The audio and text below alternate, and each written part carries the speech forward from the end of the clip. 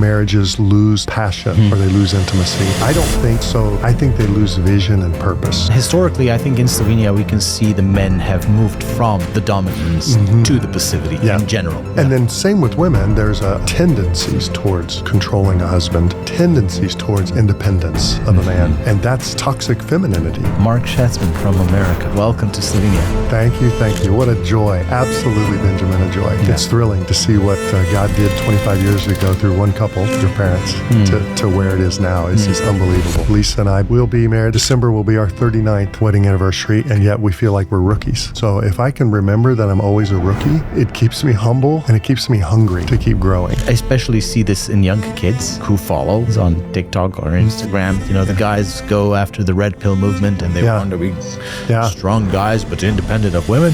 What we'll try to do is get a vision of good, godly masculinity, good, strong, godly femininity. It's something that we as Slovenians, we can learn that from you Americans. You are more go-getters than we are. We don't strive for more. Passion follows purpose. Oddaja Odnosi so zakon. Živijo in dobrodošli v oddaji Odnosi so zakon, v kateri mi je danes res velika čast gostiti Marka Schatzmana, našega gosta, ki je prišel iz Združenih držav Amerike na seminar družine in življenja Dajemo naprej. Seminar, ki je namenjen našim voditeljskim parom. Mark ima zelo veliko izkušenj v delu z organizacijo, iz katere je naš diš izšel pred 25 leti, Family Life, in je prišel te izkušnje, kako graditi odnos, za katerega je vredno živeti, podeliti z nami. Tako da vas vabim, da si ogledate našo oddajo. Vmes pa, lepo prosim, če se še niste, dajte se naročiti na tale kanal, dajte všečkati ali pa kaj komentirati, pa podeliti s svojimi prijatelji. Dajemo naprej, je nekaj, kar v bistvu tudi nas dela bolj žive. Tako, se vidimo na drugi strani. Uživajte v pogovoru z gospodom Schatzmanom. Marka Schatzmana from America, from Arkansas. Welcome to Slovenia. Thank you, thank you. What a joy. Absolutely, Benjamin, a joy. Yeah. Have you liked your trip so far? No. We've loved it. You've loved it. I mean, truly, maybe this is the beauty you see every day, and so it doesn't impress you as much. I must have 2,000 pictures on my phone that look identical to the other ones when I go back to America and show my adult kids. This was amazing. This was amazing. This was amazing. So it's an incredible country. Yeah, I'm glad you liked it. We need to be reminded of this oftentimes because, yes, as it is usually in life, you know, when things are good, it's easy to get used to them. So true. Yeah. Also in marriage, I think, right? Marriage is a place where we grow complacent real quickly, and we think things are good, especially as guys. Yeah, totally. And then the wife begins to maybe nag about it. And you have been involved in a family ministry, actually the ministry that our ministry derived from 25 years ago in Family Life from Arkansas. And so maybe you can tell us a little bit about that experience there. How did you get involved in there, and what was it some of the things that you learned and thought that the couples most needed to hear through that ministry? Oh, so good. First of all, ironically, I remember when several European couples came to Little Rock, Arkansas to be trained in how to take Family Life ministry back to their home countries. Okay. And so I remember that group of internationals coming through our offices for training, and to see it 25 years later, how it's grown, how it's multiplied, the number of cities and villages and people that you're touching. It's thrilling. Yeah. It's thrilling to see what God did 25 years ago through one couple, your parents, to where it is now. It's just unbelievable. But we found ourselves in family ministry and in marriage ministry almost accidentally. Okay. Our thought, as I'd been working for a few years after university, Lisa and I had been married just 3 years. We had one small child. Our thought would be to go and work on college campuses, eventually coming to Central Europe and working somewhere on a university. Okay. The parent organization of Family Life thought it would be better for us to get a little bit of training, brand new married, not go overseas right away, but instead start with an organization called Family Life based out of Little Rock, Arkansas. So we thought we were going for 2 years. Okay. And we've now been in Arkansas for 36 years. And so God had a different plan for us, and it's been a great one. We started on staff with Family Life for 8 years, and I did everything from work with our volunteer teams out in the community to eventually overseeing some of the U.S. operations and strategy with conferences and materials, and similar to what you do. I had that same role in Little Rock.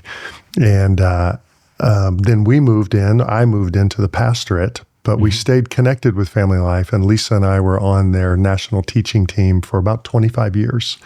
And spoke at conferences? Spoke at marriage conferences, and then sometimes did some ministry marriage conferences, but most of them would be the very same marriage conferences Weekend to Remember? Yeah, the Weekend to Remember.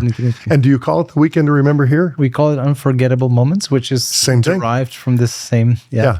So that same content, which is kind of universally applied all over the globe, same scriptural content applied to marriages. And the way I always say it is, we were discipled on that material as teachers. As we taught it and lived it out. You've heard me say, even with your team, I believe the teacher learns twice. Yeah, it's true. And so... What do you think is it about this content that the couples most need to hear and makes it so applicable throughout the globe, actually, and is something that couples keep wanting to hear so many years down the line? Yeah, I think twofold. So number one is the content. Yeah. And maybe number two is us as couples. So let me take the content first. First of all, I think the content does an amazing job raising our vision of marriage. Similar to what we'll talk about this weekend when we're together with all of our leadership couples. I don't think marriages lose passion, although they say they lose passion or they lose intimacy. I think they lose vision and purpose. And if we could raise our vision and our purpose, we would see the passion and the intimacy follow. And so the conference, I think, has been powerful to continue to remind us why God made marriage, how God's using a man and a woman in marriage, how he's using a man and woman for the good of each other. And then even how he wants to use a man and woman together in teamwork for the good of their city or their future generations or their community or their parish or their church.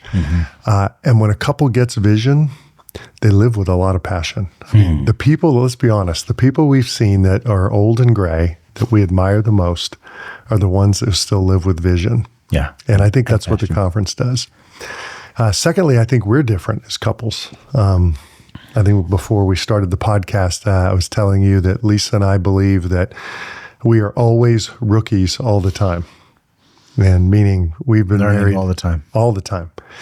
We'll be married. This December will be our 39th wedding anniversary, and yet we feel like we're rookies because this is the first time we've been empty nesters. It's the first time we've been caregiving elderly parents to the degree that we are. Yes.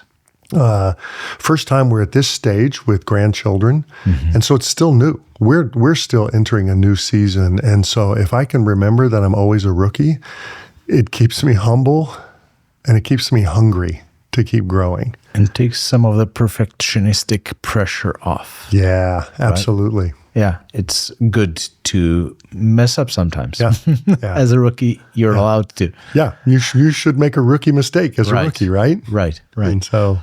Could we just get into the content part and the things that you will be teaching at Diamond Prey, so Paying It Forward conference tomorrow?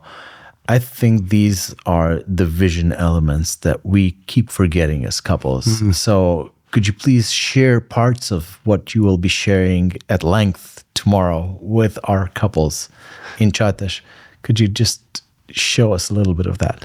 So if I had to break it down almost like an elevator speech, where we just had 90 seconds together riding up an elevator, I would say that what we'll try to do is get a vision of good, godly masculinity, get a vision of good, strong, godly femininity, and then how God brings those together in teamwork.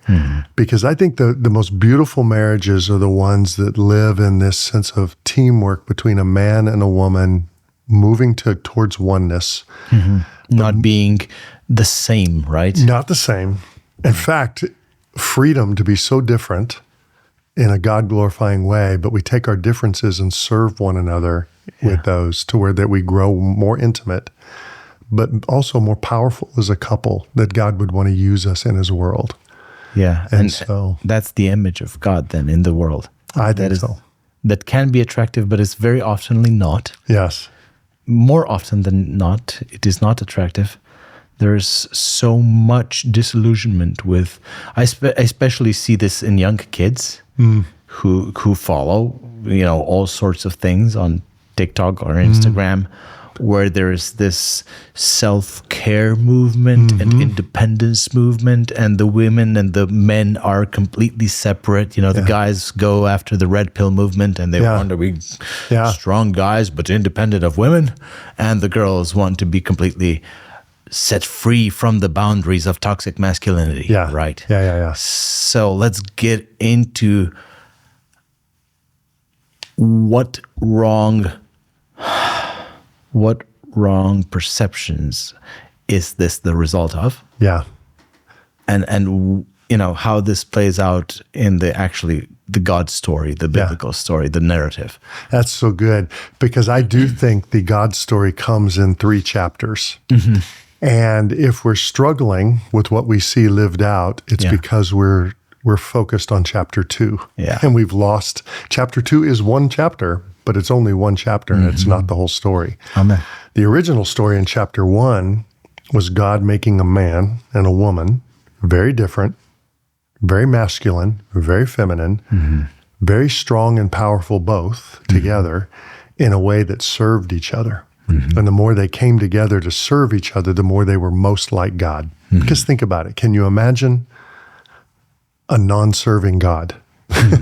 No, we can't imagine a non-serving Christ, because that's who he is and what he does.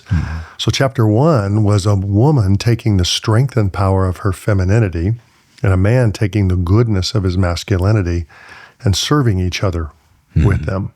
So oneness was the result, intimacy. Chapter 2, when sin enters the world, The fall, the fall of that. So good masculinity becomes toxic masculinity. And we'll talk about that this weekend, and how it shows up in 2 specific ways that come up every day for every man, you and me included. Please tell me. We'll talk about how a man moves towards a dominance or a passivity, one or the other. And some more or less than others, but let's be honest, all of us are, sons of Adam. And historically, I think in Slovenia, we can see the men have moved from the dominance to the passivity in general. Yeah, and right? both of those in the West. And both of those are wrong. Yeah, they're the 2 sides of the same wrong coin. Yes. And then same with women, there's a tendency either towards independence or towards control. Out of the story of Eve. It doesn't mean all women are only controlling. That's ridiculous. But there are tendencies towards controlling a husband, tendencies towards independence of a man. And that's toxic femininity. That's chapter 2, but that's not the closing chapter. The New Testament comes along and brings a totally different story, and it's all of the beautiful marriage commands. Wow. Those marriage commands are actually flipping the narrative back to chapter 1. Wow. And so that's what we'll get to have some fun looking at. When I began to see that early in our marriage, when we were struggling with our own fallen patterns, I began to ask God, there has to be something more. And I believe the New Testament has a better story. Why did you tell husbands to love and lead and wives to follow and respect? Were those random commands, or there's something good in it? And it began to point me back to the original story of Genesis chapter 1 and the image of God, and how it can be a beautiful thing that empowers. Powers both. Men become stronger, women become stronger, God gets glorified, and it's a beautiful picture. Wow. Yeah, we need to learn more of that. Yeah. I think I'm really looking forward to our leaders getting this input for themselves, and as something that they will be able to give on to others as well. Yeah, and even to our children. We have the privilege of having 3 sons and 2 daughters, and so it was a helpful grid for my wife Lisa and I to learn, how do we help raise sons with a vision of good, serving masculinity, and daughters with a vision of good, strong femininity that's gracious and tender as well as strong. And so it even helped frame even some of our vision of parenting. Could you maybe be specific about that? What are some practical, hands-on tools that you could suggest to people trying to raise kids who would not only continue in their faith, but be fulfilled in it in a fresh way as a new generation? Okay, let me take it back to just a few years ago. So we have all 5 of our children are adults now. Some are 4 in their 30s and 1 is 19. So he's what we call our bonus, who came to us at midlife. When they were in that ages of those teenage years where they're beginning to feel like a young adult, but they don't totally understand themselves. I know. You have kids in that you're in that season. Yeah. It was really helpful for us to realize that some of the not just misbehavior, but attitudes and moods and insecurities that our sons were exhibiting were the same things that every man in the fall exhibits. But in their emerging manhood, they were just feeling this, and they thought they were the only ones. Well, it helped them almost take the pressure off when they realized, no, all men struggle in similar ways. Things. And likewise for our girls. One practical, Benjamin, it came from my wife. It's a good conversation we had with our girls as they started to date young men. And they would think as Christian young women, I guess women need to submit to men. And we stopped and said, whoa, no. Time out. The Bible does not call a woman to submit to a man. The Bible commands a wife to submit to a husband, which means she's choosing to... Big difference. Big difference. She's laying her life down to follow him because he's already laid his life down to serve her for the rest of his life and taken a vow and a covenant of that. Not only, explain a little bit about the difference between the covenantal vow as opposed to a contract. Sure, that lifelong promise. So if we were to use the word covenant in most plain language, the way I would describe it is a life of promise, that my lifestyle will be to fulfill the promise that I've made. So God makes a covenant with us, and he literally lives his life, laying down his life for us to fulfill that covenant. So when a husband pledges a covenant to a wife to love her and to lead her like Christ would love and lead, he's saying, I will do whatever is good for you, whatever it costs me. Well, then all of a sudden a woman would say, well, I want to follow that because to follow that means to help empower that. So she's helping to empower a man who's already laid his life for her. I think this is such an important distinction here. And for a young woman who's dating, to submit to a boyfriend who has not made that commitment is crazy. It's crazy, right? Yeah. And so for our girls to begin hearing some of this going, oh, that's so freeing. I don't need to submit to a man until he's ready to promise a covenant to me.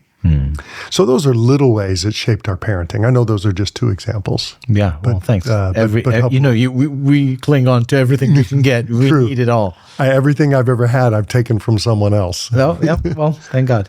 That's why we're here, and I love this sharing part. Well, today we spent a wonderful day here at the office in Krško in Slovenia with you and going through some of the core values that your fellowship at Bentonville practices as a team. But I don't think they are applicable only to, teams and ministries. I think they're applicable to families as well. I do. So there's 3 of them. Could you please just maybe go one by one and share a little bit about what they are and how they play out? I'll go quickly, and if you want me to amplify one, just pause me. I want you to amplify all of them because they're important. So the first one for us is the most important. And we say all the time, our little phrase that we say is lead from the overflow. What we mean by that in the full sentence is we lead from the overflow of our inner walk with Jesus. So anything we do in public, anything we do in our personal lives is an overflow of what Jesus is already doing in our lives as he's filling us up. And then we're pouring that back out. That's true of my husbanding. It's true of my fathering, true of my grandfathering, hopefully true of my friendships. I have a core group of men that I do life with and our friendships. And then, of course, my work and the team that I get to serve with. That relationship with Jesus is so priority that it shapes everything else. It empowers everything else. I tell sometimes young dads in our church that I often believed my best fathering was done even before my children woke up. In those times that I was drinking a cup of coffee and reading my Bible and praying and asking God to fill me up and change me. Yeah. Well, that gave me the power to then have something to offer my children. And that's true in my marriage too. Staying on the vine as a branch. Yeah, that John 15, and actually that's where that came from, is that strong sense that Jesus says, if you abide in me or remain or stay connected to me, you'll bear much fruit, comma, he doesn't say period, comma, but apart from me, you can do nothing. Yeah. And I don't think he means we can't do anything. I think he means we cannot do anything. Anything spiritual. Nothing spiritual, nothing of value. Value that would be eternally valuable. I think that this is something that produces a lot of misconceptions and misunderstanding within our Christianity because we're trying to do Christian work, even Christian leadership, without being connected to Christ. Yeah. And that's also true for me. That absolutely happens. There's ups and downs, and I can fake it till you make it. I can fake it for a while, but it shows it's empty. Yeah, I agree. And I think those who are closest to me can see and notice on a daily basis. Yeah, they see my agitation. They see my grumpiness. They see short fuse and anger or cynicism that comes in. Yes. Or a lack of grace and gentleness. But when I am connected, there's just naturally or supernaturally a fruit of the Spirit that comes out. Love, joy, peace, patience, goodness, kindness, faithfulness, gentleness, self-control. Yeah. Those come out in the very just context of doing, fathering, husbanding, life, working, neighboring, all of those things. I think that, the neighbors, the people around us watch us, and they rightfully expect that from us as Christians.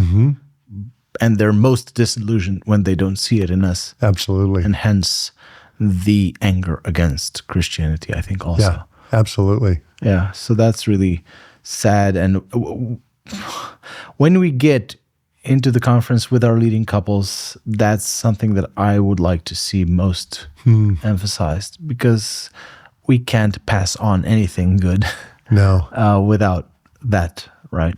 Yeah, and aren't we a tendency to skip past that and say, tell me something I don't know. That's easy, that's simple, that we know. Yeah. Let's go. Next. Yeah, next. There's no next without that. Yeah. I mean, anything next I do without that can become toxic. Yeah. Inflicting yourself upon others. That's something a guy told me once. That's so good. Yeah. Okay, cool. What's next? The second one is a little phrase that I had to kind of explain, and we'll actually explain it more tomorrow during the first session. The short phrase is passion follows purpose. The longer phrase is your passion in life will only be as high as your purpose in life. So if, for example, in marriage, our purpose for marriage is only so that I can be happy, and then Lisa's purpose in marriage is so that Lisa can be happy, we're not going to have much passion. Neither is going to be very happy. Yeah. But if we can aim towards a higher purpose, and for us, the way we would say it is to paint a picture of Jesus with our marriage, so that when we got married, we turned in our canvas of singleness and took one canvas called marriage, and then the brush and the palette came together to paint a picture of Jesus on this relationship. When we chase that, Benjamin, our joy goes up. Yeah, in our Catholic, we say we are the imago Dei, the image of God. Yeah, and I love that. I even love the Latin of that phrase, that sense that God is doing something. Yeah. And which is interesting, Jesus is the one that says, what God joined together, let no man separate. And I think what he's saying is, this is my image. Yeah. It's not your image. You don't get to decide when it's over. It's my image. And you'll know when it's done when he takes one or the both of you home to him in glory and in death. But until then, we just wake up and keep painting a picture of God. Yeah. Seeing my old grandparents withering away these days. It's the image is being painted all the way to the end. All the way to the end. And Beautiful. It's so beautiful to see. So beautiful. The third one. The third one has to do with how unity happens. Yeah. And so the phrase we use in our culture is that unity comes from honor and humility. Or you could flip it around, humility and honor. But the point is that we usually are trying to pursue unity, and that's a good goal. But I think that's the fruit that comes from a root called humility and honor. So when I walk humbly and look to Lisa's needs like they're more important than my own, which Philippians 2 says is humility, and when I honor her, and then when she does the same to me, we look up at each other and say, wow, there's unity here. But we didn't chase unity. We chased honor and humility. And the two of those together produced unity. Yeah. And those became our workplace core values. Yeah. But the truth is, I stole those and put them in our workplace, but they're also my home core values, and they're my core values that I try with my friendships. And by the way, we'll never fully attain them. I once read in a good book that I purchased at the very first Weekend to Remember marriage conference when we were engaged. Went by the resource table, purchased a book, and the author there, a man named Mike Mason, who wrote a book called The Mystery of Marriage, he had a chapter on vows, and he said, you've written a good marriage vow when you can never fulfill it. Oh, wow. When it always keeps you. It transcends you. Yeah. You never get up in the morning and say, I was patient, check. And so that's what I feel about the unity and honor. You just keep chasing it. There's one more thing that I would like you to speak on, and it's this, and I think that this is something that you will also be able to enrich our people by and with. This keep chasing something as, it is an active stance in life. It's something that we as Slovenians, I think we have to learn. We can learn that from you Americans, because you guys you are more go-getters than we are. We sometimes get lost and we get complacent and we learn to just be as it is, and we don't strive for more. So even like you saying that in your early years of marriage, you found these values, well, there had to be some active seeking of these values. There had to be some active, you went by the resource stand and bought a book. So it's trying to learn, trying to then implement what you have learned into your life. I think that's something that we as Slovenians need to learn more of. I appreciate you saying that. And I know, by the way, it's easy to say that about all Americans as well. But the truth is, our culture is like your culture. You have some people who are really leading and serving and showing others the way. Yeah. And then you have a mass of people who are just kind of going, meh, and just maybe. Once I finish Netflix.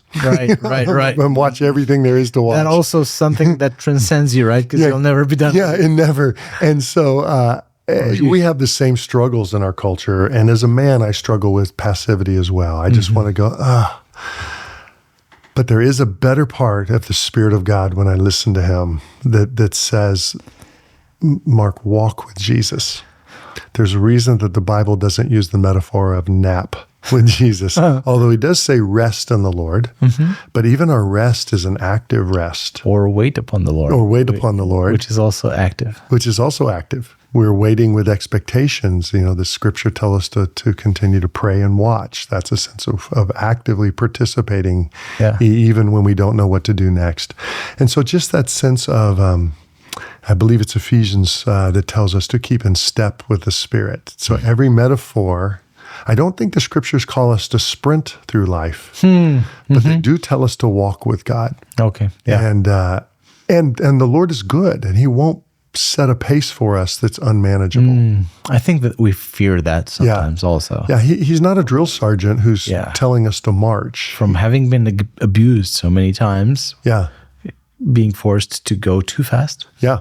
And instead, I think He puts a cadence in there of both working with Him and resting with Him, but it's still a walk with Him. He'll set the pace, but we do have to walk. Yeah. And when we do, we were talking about this today, you think about the happiest older couples you know, the ones that still laugh, the ones that everybody wants to be around. They're the ones who've been walking with Jesus regularly and pursuing that higher purpose. Yeah. Yeah. You said one more thing that I really remembered. No one wants to die and say, I lived such a small life. Yeah. I was insignificant. None of us had dreams for that when we were growing into adulthood. Yeah. But life can start to beat the vision and the hope out of you. Yeah. And I think that might be one of the reasons we need seminars like what you're hosting and what Deja's hosting this weekend is we need our vision rekindled. I don't do well when it's not.